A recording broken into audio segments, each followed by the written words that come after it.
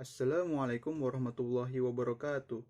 Nama saya Riko Dimas Pratama dari Prodi Teknik Kimia dengan NIM 11421200005 ingin mempresentasikan mengenai diagram PID dari produksi pirobenzol.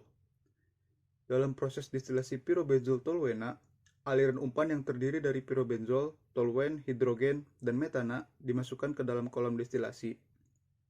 Aliran umpan ini terdiri dari 74,8% pirobenzol dan 24,6% toluena, sedangkan sisanya terdiri dari metana dan hidrogen. Aliran destilasi D mengalir melalui pipa berinsulasi ke kondensor yang mana pada diagram ini bertuliskan E-104 untuk mengurangi aliran distilat sebelum membiarkannya mengalir ke dalam drum reflux. Air pendingin dialirkan melalui kondensor melalui pipa yang diisolasi untuk mendinginkan suhu aliran destilat. Temperatur dan laju aliran air pendingin dikontrol masing-masing oleh katup pengatur suhu dan katup pengatur laju aliran, yang mana produk limbah dari aliran destilat ditarik dengan menggunakan saluran kimia yang terhubung ke kondensor melalui control valve berjenis gate valve. Bagian tengah kondensor melewati katup pelepas tekanan sudut kanan menuju ventilasi lalu ke suar.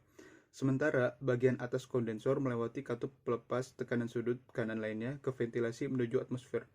Katup ini berfungsi sebagai pengaman katup yang menjaga tekanan operasi kondensor dengan melepaskan tekanan berlebih yang menumpuk di kondensor.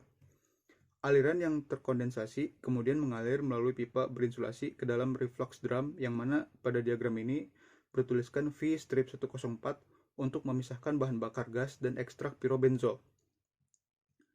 Reflux drum terdiri dari indikator suhu dan indikator tekanan. Port sampel dihubungkan ke drum reflux untuk memeriksa komposisi sampel.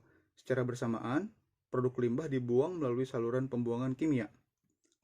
Produk overhead melewati sistem kontrol tekanan dan pembacaan tekanannya diubah ke sinyal pneumatik sebelum dikirim ke katup kontrol tekanan. Gate valve yang dioperasikan dengan tangan dipasang untuk berjaga-jaga jika terjadi keadaan darurat. Aliran pirobenzol yang diekstraksi dipisahkan menjadi dua pipa berinsulasi dengan gate valve yang dipasang di masing-masing titiknya. Ekstrak pirobenzol mengalir masing-masing ke dua pompa, yaitu pada diagram ini bertuliskan P-102A dan P-102B. Produk limbah dari ekstrak pirobenzol ini ditarik dengan menggunakan saluran pembuangan kimia dan kemurnian pirobenzol yang lebih tinggi di pompa ke aliran distilat. Katup kontrol level terletak tepat sebelum tangki penyimpanan distilat dan dikontrol oleh sistem kelistrikan. Aliran distilat kemudian dibagi menjadi aliran reflux dan aliran produk. Ketika aliran reflux sedang diumpankan kembali ke kolom distilasi, maka gate valve yang beroperasi dengan tangan dibuka untuk memastikan aliran reflux kembali ke bagian atas kolom distilasi. Sebelum memasuki kolom distilasi, laju aliran reflux dipantau oleh sistem kontrol laju aliran. Ini digunakan untuk mengontrol laju aliran yang diinginkan memasuki kolom distilasi untuk proses distilasi lainnya. Campuran pirobenzol toluena di bagian bawah kolom distilasi dialirkan ke reboiler melalui pipa berinsulasi. Tujuan penggunaan reboiler adalah untuk menghasilkan flux uap pirobenzol sebagai umpan ke menara distilasi. Kealiran atas reboiler mendaur ulang campuran ke bagian bawah kolom distilasi untuk distilasi lebih lanjut. Reboiler pirobenzol menggunakan strategi kontrol uap untuk mengontrol laju perpindahan panas uap masuk menggunakan sistem kontrol suhu. Aliran uap dapat diatur dengan gate valve yang dioperasikan dengan tangan. Selain itu, aliran panas laten digunakan untuk memanaskan campuran pirobenzol toluen di reboiler dan kemudian dialirkan keluar reboiler sebagai kondensat. Reboiler terhubung ke dua ventilasi dengan mengeluarkan gas yang tidak dapat terkondensasi. Efisiensi perpindahan panas dapat ditingkatkan. Aliran-aliran ke ventilasi dikendalikan oleh katup pelepas tekanan sudut kanan hanya untuk mempertahankan tekanan kerja sistem reboiler dengan melepaskan tekanan berlebih ke ventilasi. Bagian bawah kolom distilasi dihubungkan ke saluran kimia dengan katup untuk mengontrol laju aliran. Komposisi aliran ini mengandung banyak toluena dan akan dibuang melalui pipa berinsulasi. Kemudian kolom level dasar dikontrol oleh sistem kontrol level yang terhubung ke kombinasi 3 gate valve dan katup kontrol. Aliran akhirnya didaur ulang ke drum pengumpan toluena untuk distilasi lebih lanjut yang tidak diperlihatkan dalam diagram. Untuk pembenaran katup darurat digunakan untuk menghubungkan kolom distilasi ke saluran pembuangan kimia untuk menghindari adanya luapan. Katup darurat dipilih karena akan tetap terbuka jika terjadi malfungsi pada sistem sehingga tidak terjadi penumpukan di dalam kolom. Selain itu, katup yang mengontrol aliran umpan ke dalam kolom adalah katup darurat, karena akan tetap tertutup saat terjadi malfungsi pada sistem, sehingga tidak ada campuran pyrobenzol toluen yang berlebihan yang mengalir ke kolom. Sistem ini menggunakan pengontrol umpan balik suhu untuk mengontrol laju aliran air pendingin. Oleh karena itu, temperatur controller harus merespon dengan cepat, karena apabila komponen ini merespon dengan lambat, akan menyebabkan perubahan yang signifikan pada komposisi distilat dan bagian bawah. Seperti yang terlihat pada diagram PNID ini, terdapat banyak pengontrol untuk mengontrol berbagai parameter di dalam sistem kolom distilasi seperti level suhu, laju aliran, dan tekanan.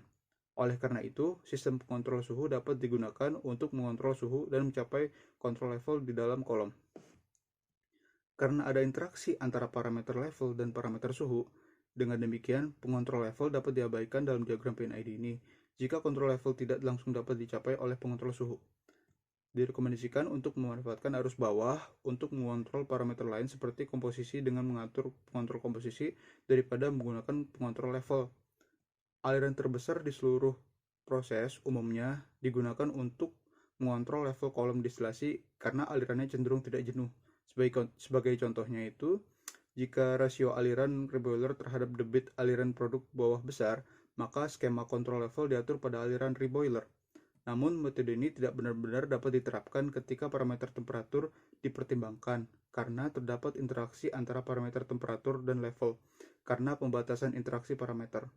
Lebih efektifnya untuk menerapkan decoupling statis menggunakan dua pengontrol P1 untuk aliran reflux dan aliran mendidih untuk mengontrol konsentrasi atas dan bawah secara mandiri. Metode ini memastikan bahwa gangguan pada aliran atas berdampak kecil pada konsentrasi aliran dasar dan sebaliknya. Kesimpulannya, ada banyak parameter yang harus dikontrol dalam proses distilasi seperti tingkat atas dan dasar kolom distilasi, tekanan, dan suhu. Diagram PNID dari proses distilasi pyrobenzol toluena menunjukkan dimensi perpipaan dan susunan sistem pengontrol untuk mengatasi perubahan parameter akibat gangguan terhadap parameter. Pengaruh interaksi parameter dalam proses distilasi dapat diminimalkan dengan menggunakan dua kontrol PL atau decoupling statis. Sekian dari saya, kurang lebihnya mohon maaf. Wassalamualaikum warahmatullahi wabarakatuh.